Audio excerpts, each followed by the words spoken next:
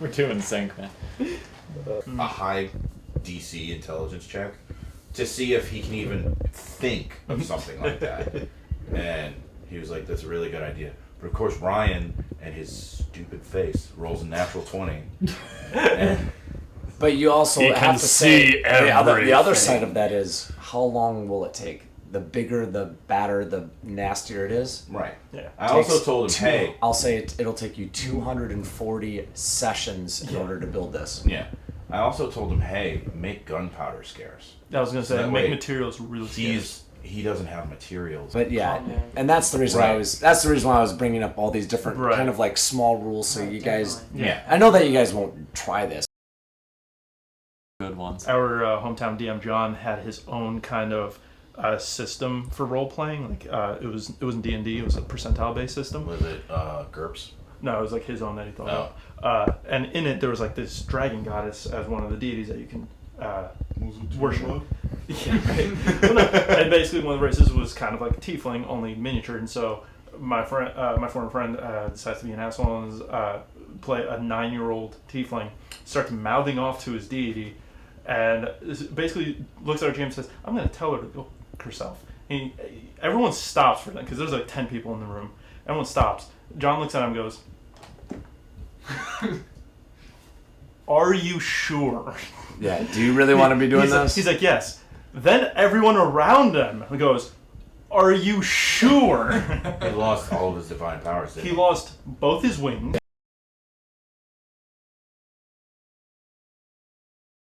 Some people love that. Yeah. Some people love the idea of watching, the game The burn. group struggle. Yeah. Yeah. And it's like, no, this isn't just about you. This is about everyone. The 5 of us enjoying this game. Back in New York, my cousin and my sister and I, we would play all kinds of role-playing games, like all on the consoles. We had a PlayStation. We'd play Legend of Dragoon, Baldur's Gate. We'd love Magic the Gathering, and I still do to this day.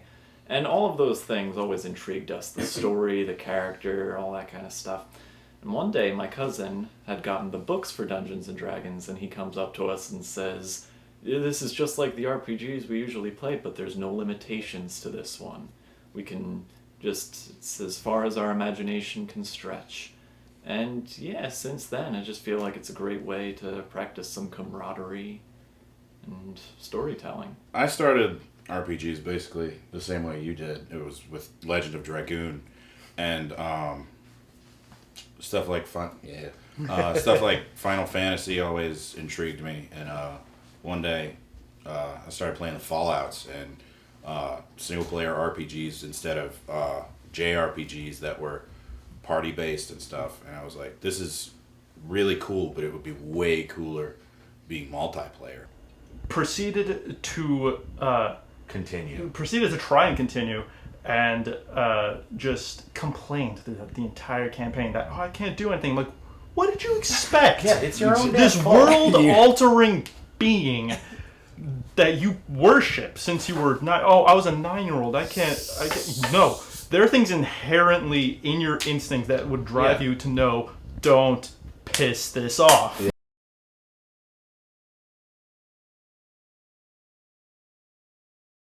Then I've started watching Acquisitions Inc. and Critical Role, and it just inspired me. Hey, I should probably see if there's anywhere around here that does Dungeons and Dragons, because it seems like such a different experience. You're actually playing with people. You don't have the limitations that normal video game RPGs have, and I found a local gaming store, +1, and I started playing there, and I've been playing there every Monday and Wednesday since.